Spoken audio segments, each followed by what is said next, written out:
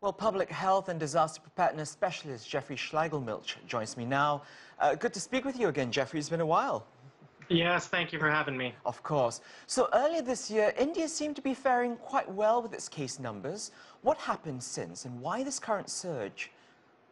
Yeah, it's hard to say with absolute certainty, but you're absolutely right. India had, in some ways, defied expectations in keeping cases as low as they had. I think that this is a reminder that this pandemic is very, very serious. There are some variants that are spreading in India that some of them are documented, others believed to be more infectious, spread more easily.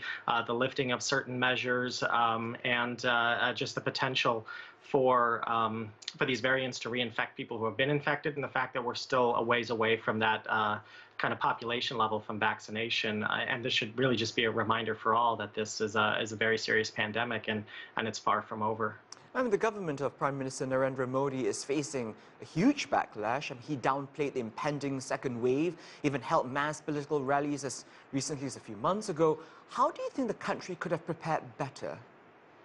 Well, I think first and foremost, it's very, pandemics come in waves, and when one of these waves starts to wind down, it makes you start to feel like things are over.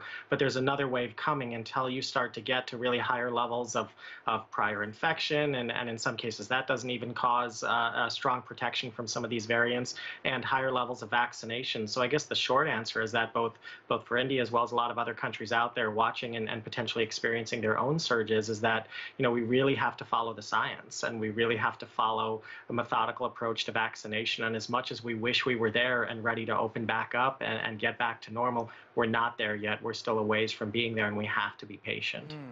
And also, India is just facing such a severe shortage of oxygen, medicines, many turning to the black market. I mean, that is, if they can afford it. Was all of this avoidable, do you think?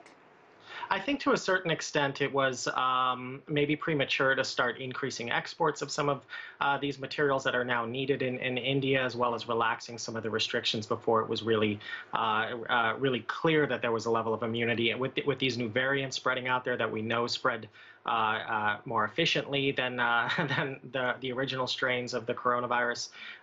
Yeah, I think it's tough to say if it was entirely predictable or entirely avoidable, but I think it is safe to say that it did not have to be this bad, and folks should be taking note that we can't stop these actions towards preventing the virus at this point.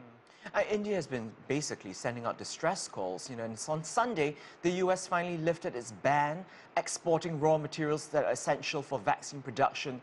India, as we know, is the world's biggest vaccine maker. Did that ban play a role in the situation that India is in now? It's hard to say. I know India has also been looking at reducing its own exports because of its internal domestic need. I would also say, too, that if we were talking, even just a few months ago, where the United States was one of the largest epicenters and one of the largest hotspots. And so, these hotspots are going to continue to bounce around the globe and affect different places with new variants emerging until we have a global strategy for approaching this. So, yeah, we do, need to focus on hotspots and stop the burning where it is and save lives where we can, but also recognize that there's no national solution. There's only a global solution to ending what is inherently a global pandemic. 30 seconds, Jeffrey. What lessons can we learn from India right now? Well, I think the most important thing is that these variants need to be taken very seriously. We have a lot of misconceptions about what herd immunity is, and we're going to get there, but it's going to take some time. And for right now, we need to do everything we can to help India and these hotspots around the world. Jeffrey Schlegelmilch, always a great joy talking with you. Thank you.